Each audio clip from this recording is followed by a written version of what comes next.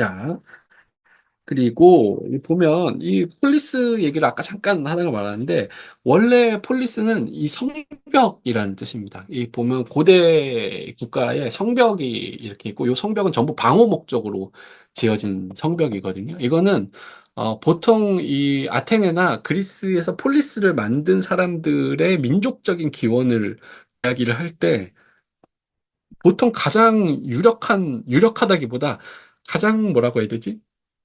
일반적인 학설은 저 마케도니아랑 동유럽 쪽에서 원래 유목을 하던 사람들이 해안을 찾아갖고 남하하다가 정착해서 반농경을 했었던 거다라는 게 이제 보통 이 아테네인들의 기원이라고 얘기를 하는데, 요즘 보면 그 뭐 블랙 아테나라는 텍스트를 혹시 아실지 모르는데 블랙 아테나라는 책이 있어요.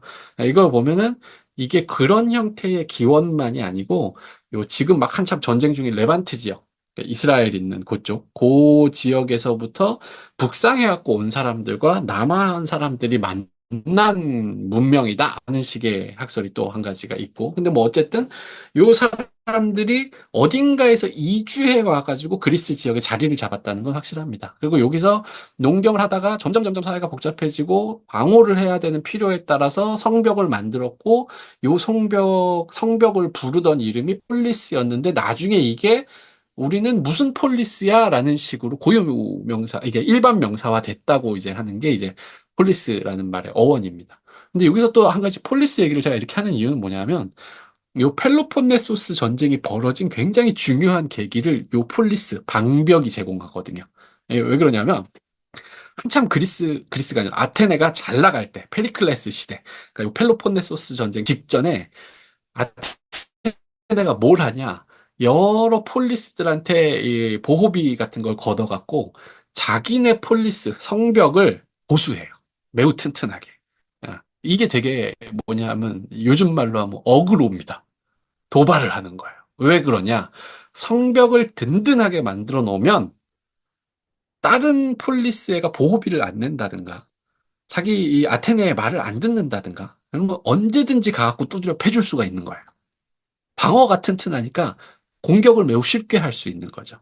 이것 때문에 이 폴리스를 잘 방비한다고 하는 건 다른 폴리스 국가들한테 굉장히 어떤 긴장감 같은 걸 주는 행동이었었거든요. 이런 식의 폴리스를 그래서 만든 게 펠로폰네소스 전쟁의 여러 원인 중에 하나로 꼽힙니다. 방벽을 보수한 거. 그래서 요게 이제 그런 식의 두 가지 이중적인 의미가 있다. 요 도시 공동체, 도시 국가를 일컫는 말로서의 폴리스의 의미가 있고, 방벽 자체를 일컫는 말로서의 폴리스라는 뜻이 한 가지 있다. 요거를 기억을 좀 해주실 필요가 있어요.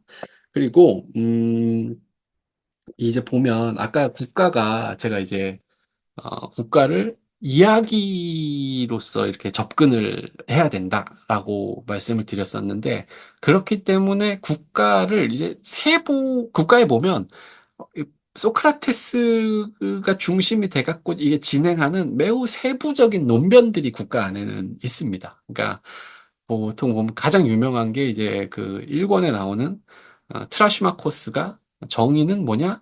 강자의 이익이다. 이런 식의 정의를 하는데 요거를 소크라테스가 깰 때 구사하는 매우 이렇게 세부적인 논변들이 있죠. 야, 근데 그렇게 하면 강자는 원래 그 의사는 뭘 하지? 의사는 환자를 고치지.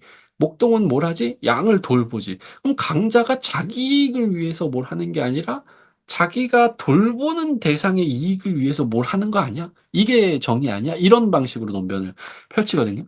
요 세부적인 논변을 이해하는 것도 굉장히 이제 중요한 요소들이지만, 요것보다 제가 조금 더 이게 선생님들이 이렇게 읽으셨으면 좋겠다고 하는 건 국가를 전체 맥락 속에서 한번 오버뷰를 하면서 보셨으면 좋겠어요. 그러니까 이 보통 보면 책을 읽을 때, 이거는 그냥 보통 다른 텍스트를 읽을 때도 마찬가지인데, 책을 볼 때 이 세부에 매달리기 시작하면, 어, 이 리듬이 안 생겨요.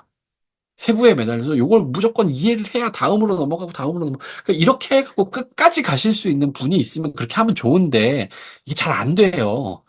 보통은. 그러니까 전체의 오버뷰를 한번 머릿속에 넣어놓고, 그 다음에 각각의 세부를 채우는 형식으로 좀 진행을 하셨으면 좋겠다, 이겁니다. 그러니까 국가를 이제 우리가 5주에 걸쳐 갖고 읽을 텐데, 만약 여력이 되시면 그냥 통독을 한번 해보셨으면 좋겠어요. 처음부터 끝까지. 쭉 통독을 하고, 각각의 세부를 다시 읽는 이 형태를 가셨으면 좋겠는데, 그렇게 할 수가 없죠. 사실 국가 이제 우리 그 두께 봤지만 꽤 두껍잖아요. 뭐 물론 이게 대화편이어갖고 여백도 많고 편집이 벙벙하긴 하지만 한 방에 쭉 읽기는 사실 쉽지가 않아요. 그래갖고 제가 대략 이 국가의 구조를 이렇게 써놓은 게 있습니다. 자, 요거를 한번 보시면 1권에서 이 책 전체, 텍스트 전체를 이끌어가는 주요한 질문이 나옵니다. 뭐냐? 올바름, 정의란 무엇인가? 라는 질문이에요. 정의를 어떻게 정의할 수 있느냐? 이걸 묻고, 여기서 이 지금 1권을 대략 한 세 덩이 정도로 나눌 수가 있는데, 첫 번째는 뭐냐 하면 케팔로스하고 소크라테스가 나누는 대화입니다. 노년의 낙은 무엇입니까? 그리고 이 노년의 낙을 그렇게 하려면 뭔가 좀 올바르게 사셨어야 될 것 같은데 도대체 그러면 선생님, 그 할아버지께서 생각하시는 올바름이란 무엇입니까? 이런 것들을 물어보고 요 올바름이 제대로 되려면 뭐 어떻게 해야 될까요? 요걸 케팔로스 옹하고 대충 가볍게 대화를 나누는 것으로 이야기가 시작이 됩니다. 요 케팔로스와의 요 대화는 어, 보통 당대 아테네인들이 가지고 있었던 일반적인 정의에 대한 통념, 그거를 드러내는 역할을 하는 거예요. 그러니까 이게 끝나고 나면 케팔로스가 이제 뭐 약속된 뭐가 있다고 하면서 자리를 뜨면서 케팔로스의 아들인 폴레마르코스한테 대화를 넘깁니다. 그럼 이 폴레마르코스하고 소크라테스하고 각자에게 합당한 몫을 돌려주는 것이 정의다라는 식의 대화를 또 나눠요. 그러니까 이 이야기를 하다가 갑자기 트라시마코스가 난입해가지고 소크라테스에 대한 비난을 퍼붓죠. 너는 왜 네가 생각하는 정의는 얘기 안 하고 맨날 남들한테 꼬치꼬치 깨묻기나 하고 막 이러냐? 이렇게 물어본단 말이에요. 근데 여기서 이제 소크라테스의 매우 인간적인 면모가 나와요. 뭐냐면 소크라테스, 트라시마코스야, 네가 하는 말이 너무 무서우니까 좀 살살 얘기해 줄래? 이런 식의 반응을 이제 소크라테스가 보입니다. 이렇게 되게 개그스러운 장면이죠. 근데 그렇게 해갖고 트라시마코스가 주장하는 이 정의에 관한 정의를 소크라테스가 하나씩 하나씩 하나씩 깨는 방식으로 이제 1권이 종료가 됩니다. 그러니까 이게 뭐냐면 1권 전체의 어떤 주제를 여기서 딱 보여줘요. 보통 사람들이 통상적으로 생각하는 정의에 대한 관념과 이 정의를 조금 더 세부적으로 생각한 보통 사람들의 일반적인 정의관념을 처음에 깨고 시작합니다.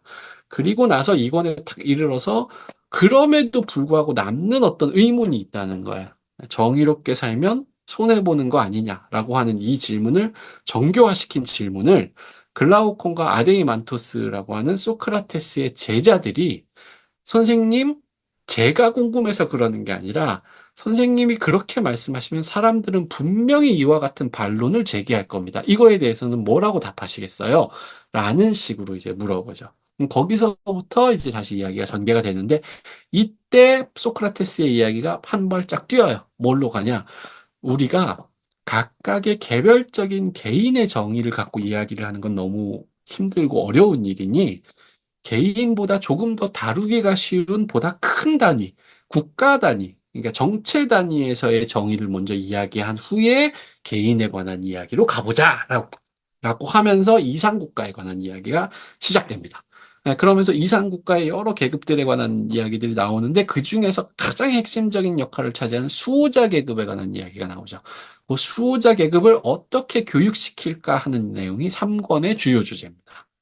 이렇게 하고 이 3권에서 그 주제를 열심히 이야기한 다음에 4권으로 이어져서 4권에서 국가의 덕은 도대체 무엇이냐?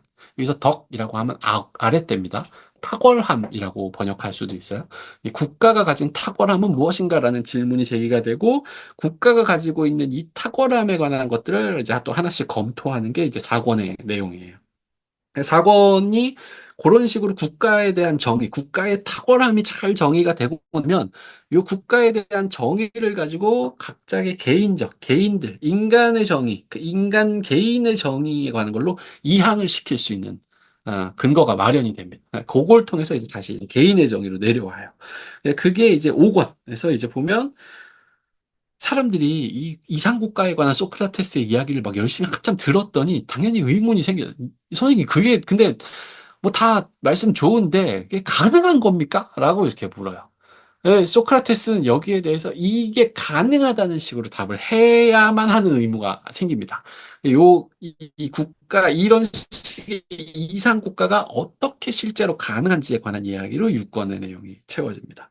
7권에 이르러서는 이게 가능하려면 기본적으로 뭐가 잘 갖춰져야 되냐? 드디어 그 유명한 철인왕의 통치에 관한 이야기가 7권의 내용이에요. 7권은 철인왕 통치로 이야기를 하는데, 근데 또 문제는 뭐냐면 이 이상 국가가 항상 유지될 수는 없다는 걸 플라톤 자신도 알아요. 그러면 이 국가가 도대체 조화롭게 잘 정의되어 있는 국가임에도 불구하고 어떻게 해서 이게 몰락할 수가 있는가? 이거를 다루는 게 8권의 내용입니다. 그러니까 이 얘기는 뭐냐 하면 실제 그 국가는 이렇게 해서 몰락할 거야 라고 말한다기보다는 그 몰락의 메커니즘을 알아야 사실은 몰락을 피할 수가 있겠죠. 그런 의도에서 쓰여졌다고 보는 게 사실은 가장 합당하고. 그래서 어쨌든 9권으로 이제 넘어가면은 이 지금 이상적인 국가에 대한 모델을 세웠죠. 이 이상적인 국가에 대한 모델을 토대로 해갖고 지금 요 당대 아테네인들의 시야에 관한 걸 비판적으로 검토하는 장이 9권에 나옵니다. 여기서부터 이제 우리가 잘 알고 있는 여러 이 고대의 정치체들이 나옵니다. 민주정, 참주정, 과두정, 그리고 여기서 플라톤이 철인 정치로 주장하는 최선자 정책, 이런 것들에 관한 이 비판적인 검토를 9권에 이르러서 이제 해요. 10권으로 가면은 다시금 교육 문제로 돌아옵니다. 도대체 애들한테 뭘 가르쳐야 하는가?